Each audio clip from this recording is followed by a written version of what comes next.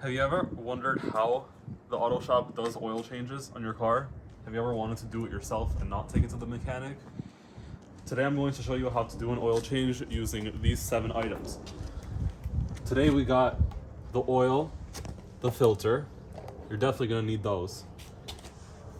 To get your car up off the ground, you will probably need a jack of some sort. You can get one of these for pretty cheap, either on Facebook Marketplace or maybe, I don't know, Harbor Freight or something like that. Or you can use the jack that came with your car, although I don't recommend that because it's a little dangerous. And the safest practice would be to use these here jack stands. They keep your car up after you're done using this. You're going to want an oil catcher, and then you're going to want a socket. Every car differs. My car uses a T45, and for that I'm going to be using a 3/8, or I'm not sure if this is a 1/4 inch or a 3/8. I believe it's a 3/8. No, this is a 1/4 inch, sorry. This is a 1/4 inch socket. And you're going to need to use an oil filter removal tool. Every car differs as well. Mine uses a 32mm socket, although not every car uses a socket. Some use actual oil filter tools. You'll probably want to use some sort of padding under you to protect your back and to keep things clean, because you don't want to mess up your driveway with oil. That would be pretty messy and not fun to clean up. Okay, so the first thing you're going to want to do is lift your car higher than it is now to begin doing the oil change. And if you're using one of these jacks, what you're going to want to do is first tighten it, usually to I think this would be clockwise, okay, so that it's tight and ready to be lifted. And to loosen it, to lower the car, you would turn it counterclockwise. But to begin, we'll turn it clockwise. You'll send it under the car, okay? And every car has a jacking point on 4 corners. So I'm going to catch mine right here. You'll see on my car, this is a 2017 Volkswagen Passat. There is a notch over here, which is exactly where you should start jacking the car up from, okay? Again, we've tightened the handle, and then we're going to start lifting, and you'll see the car is lifting.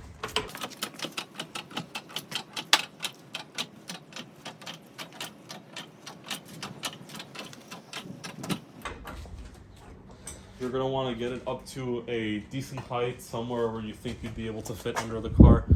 I might just lift it up a little bit more, but not too far, because you don't want to risk the car falling off. At this point, you're going to want to take one of your jack stands. Make sure to have good quality jack stands. Your life literally depends on these things. And this is the part where you'll put the jack stand in a safe location. Actually, I'm gonna do it from the other side. I'm gonna put it just under. I'm gonna put it just under my subframe where it bolts up.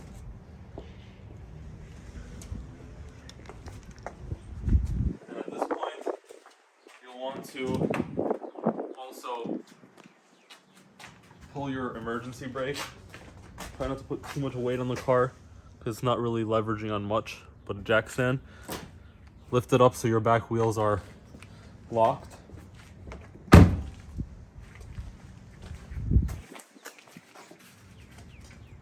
And here, you'll just want to slowly and gradually, although it isn't always slow and gradual, just loosen the jack, the jack, and let the car stand on the jack stand like that. And basically, you'll just want to do the same thing to the other side. Okay, so as you can see, we have the car to a height where I'm comfortable lifting the car, going under the car.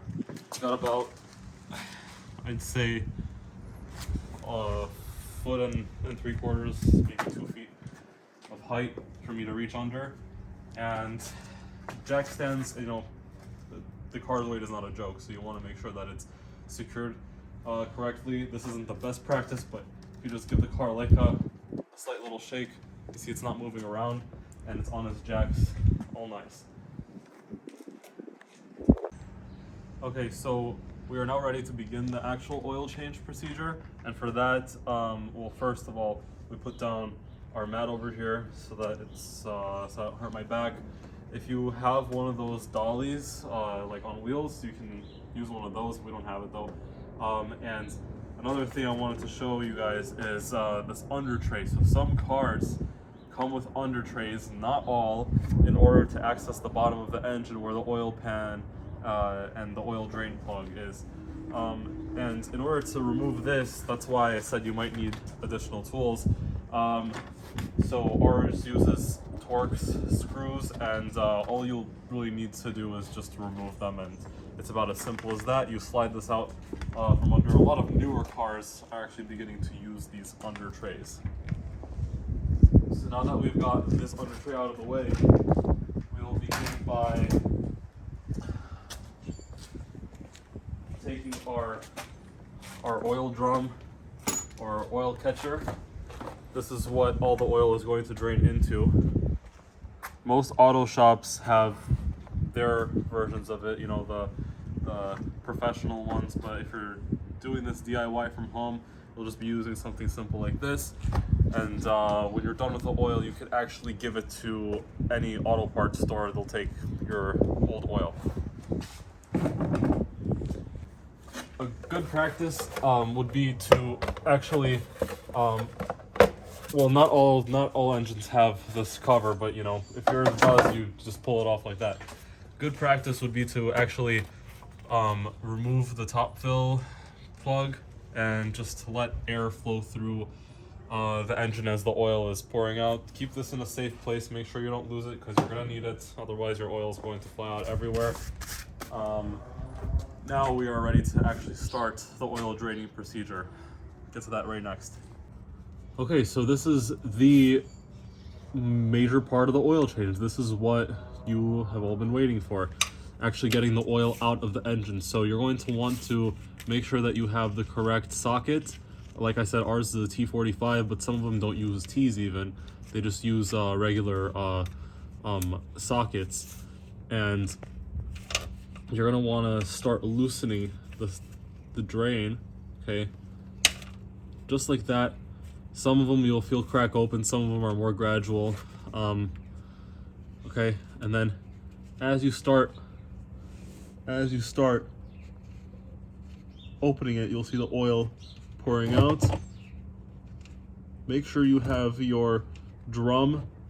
Make sure you have a hand on the drum ready to adjust it if necessary, because it will come flying out just like that. There you go. And keep adjusting as necessary so that you don't get oil all over your garage floor. Make sure you have the drain. Don't lose this thing, the drain plug, sorry. And I'll show you what to do with this after. As you can see, it's starting to spray everywhere, especially if you have wind. It might go in directions that you don't mean it to, but that's fine. A little bit of oil is not an issue.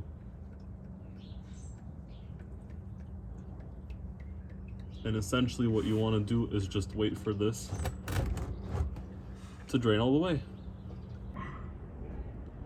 So the best part about doing your oil change at home is you can wait as long as you'd like for the oil to drain out. Usually in quick lubes or any quick oil change shops, they'll do it, you know, their objective is to do it really quick, and they won't get all of the oil out. But if it's at home, you know, you can let it drain for 30 minutes anyway. This is what you're gonna need to do. If you bought an oil change kit, that usually comes with the oil and the filter and you know, all the rest of the components. Usually it'll come with an additional washer. You'll always want to change this washer from the drain plug when you're changing your oil, because as you can see, the old one I have in here is crushed, because when I tightened it last time I did an oil change, it crushed to create a good seal, and you don't want to reuse this one because it's already crushed. So here's the new one that I put on there. Okay, and now I'm gonna go back under the car and I'm going to put this drain plug back onto my oil pan. Okay, so as you can see, we don't really have much oil dripping out anymore, just little drops. These are not gonna make a big difference. So now that you have your drain plug with the new crush washer on, you just start screwing it back in the same way it came off. Don't worry about the residual oil hanging around on your oil pan. You can clean that off. The most important part right now, and do not miss this step, you're going to want to make sure that your drain plug is tightened back up. So I'm going to tighten it lightly for right now, just so that I can move my catch pan out of the way. And I did have a rag over here. I got a little bit of oil on the garage floor. That's fine. That's not gonna cause too many issues. And now I have a little bit more access to my drain plug. I'm going to get a nice angle. I'm going to tighten it. I'm going to tighten it really well, but you don't want to overdo it. Just apply light linear torque to it. Just like that. Until you start feeling some resistance. When you start feeling the resistance, that's when you want to stop. You don't want to go more than that, because you can strip the drain plug, and you can also crush the washer too much, where instead of creating a good seal, it's counterproductive. Just give it a little bit like a clean over here. If you want, you can use brake cleaner. That's what we would use at a shop. And there you go. You've just drained all of your oil. Now we'll get to filling the car up with oil. Okay, after we put our drain plug back on, we also put on our under tray. It is now under the car. When you're doing that, make sure to put all of the bolts back where the same way you found them, so that it doesn't come flying off when you're driving. And also, I did want to mention, if you're new to this channel, welcome to Mish Times 2, and don't forget to like, subscribe, and leave a comment. If you have any questions about your own oil change, or if you'd like to see more content like this, we love doing these kinds of videos, and we'd be happy to do any other types of videos. You know, just ask us in the comments. We do brakes, wheels. We'll show you basically anything you want to know about, you know, doing DIY things on your car. So let's get back to the actual oil change. Now comes the fun part. So we have the oil drain. The engine has no oil in it at the moment. So what we're going to do is fill it up from the top. But before we actually get into filling the oil into the car, we need to remove the filter. So like I said, every car is going to have its filter in a different location. Volkswagens happen to have them at the top in a cartridge filter setup. So if you do have a cartridge filter, you'll just be using one of these sockets, place it on top, and then you'll begin rotating it open.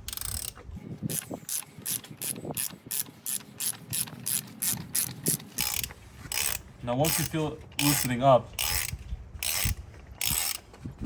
once you feel like it's been screwed off all the way, you might feel a little bit of a vacuum, some air resistance. Well, this time it didn't actually happen, so it's fine. But you'll want to lift it up slowly, especially if it's a top mount filter, to let all of the oil drain down. So what you're going to want to do in this situation, in order not to make a mess, just want to pull it out slowly and gradually, and flip it upside down. There you go. Now the way these cartridge filters work is, they call it a cartridge for a reason. You don't replace the whole entire housing, you'll just replace the filter itself. And then we're gonna go ahead and put this where our old oil is. Okay. And we'll put our cartridge aside right there. Okay, now the process of changing the filter out is actually pretty simple, especially in a cartridge format. If it wasn't a cartridge format, all you would do is just remove the old filter and put the new one in, screw it in. But in a cartridge format, you would want to just remove this old O-ring that was around your housing. And don't worry, because if you bought a filter kit or a filter in general, cartridge filter, I probably shouldn't do that because there's dirt all over the place, but it will come with a new O-ring. All you need to do is just bring that O-ring back around.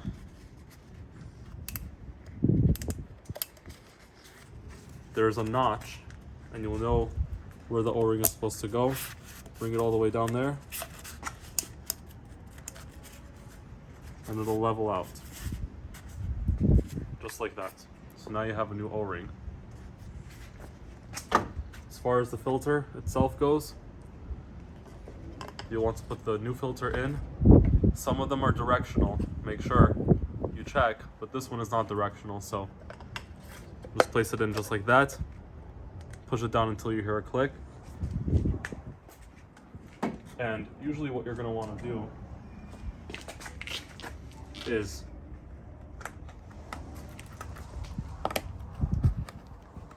take your new oil,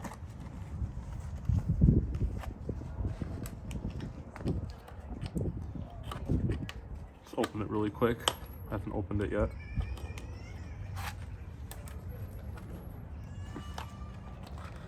Technical difficulties. There we go. We'll put these over there by the old oil. You're gonna wanna grab a little bit of that oil, the brand new oil, and put it around the O-ring.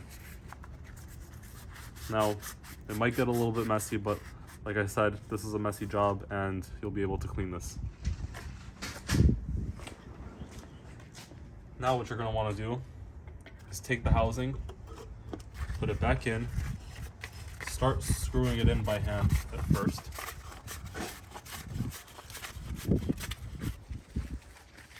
Just gonna clean my fingers so that it's not too slippery.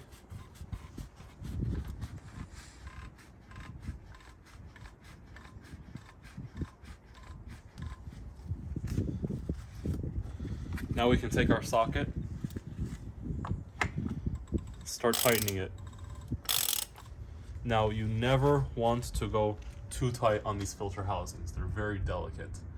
And on a filter, on a non-cartridge style filter like this as well. So just a slight little turn. I'm pretty sure like it translates to, it says 25 plus 5 Newton meters. That doesn't translate to much in foot-pounds. You'd basically hear the click like right here. That's it. And you're all set. The oil filter housing, but make sure it's tight though. Make sure that it's not loose enough to leak any oil. There you go.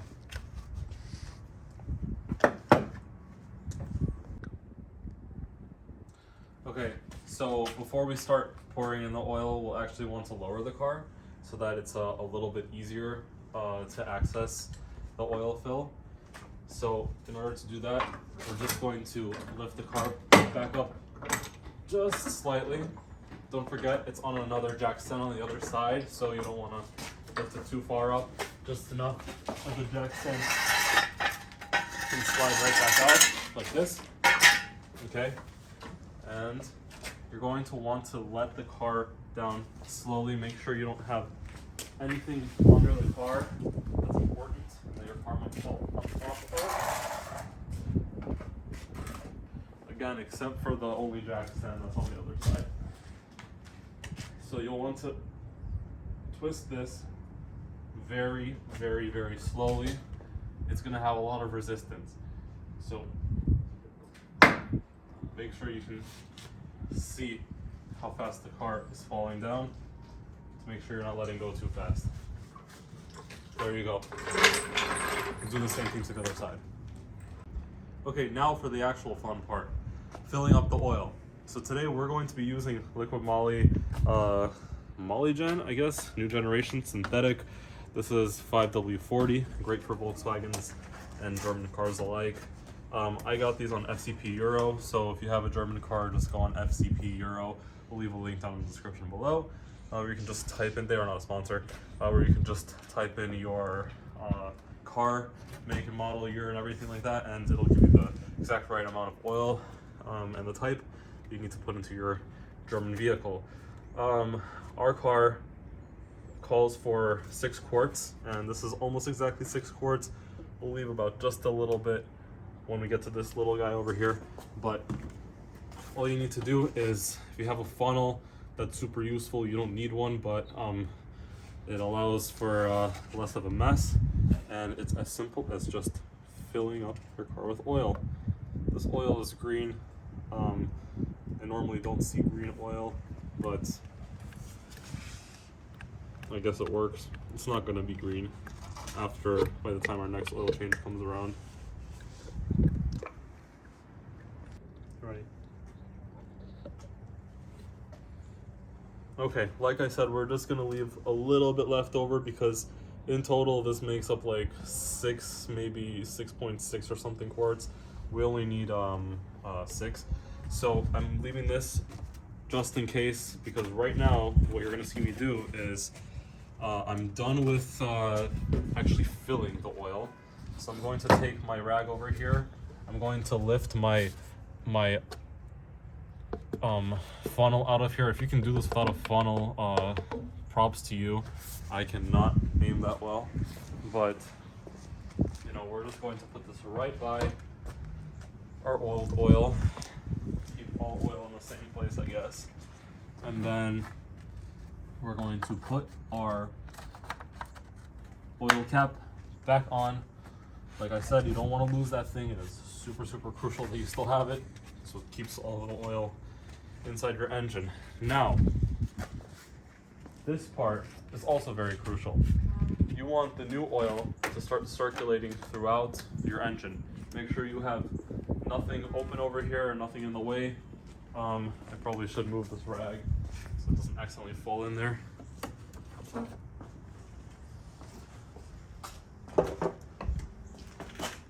Now all you're going to want to do is start your car for about 6 seconds. You might hear some weird noises here and there. Don't worry, your engine is getting new oil. That's all you need for it to circulate just a little bit. And like I said, you want everything to be tight. Make sure everything is tight before you do this step. So now you're going to want to take this the oil gauge out, okay, and wipe it clean first. Maybe you can even wait a couple of seconds for the oil to settle down, but you don't really have to. You'll get an accurate reading without that. And then you'll see right here, as long as it's within this range, preferably you want it to be at the way top over here, but if it's at the center, don't worry, you can just fill it up a little bit more, but we are exactly on the dot with just as much oil as we need. Make sure to wrap up over here, put back anything you needed to put back, tighten, double, triple check everything so that your car is safe and ready to drive, and there you go. You just did your first DIY oil change, and we did this on, again, the 2017 Passat. If you have a different car and you have questions about that car, please let us know in the comments.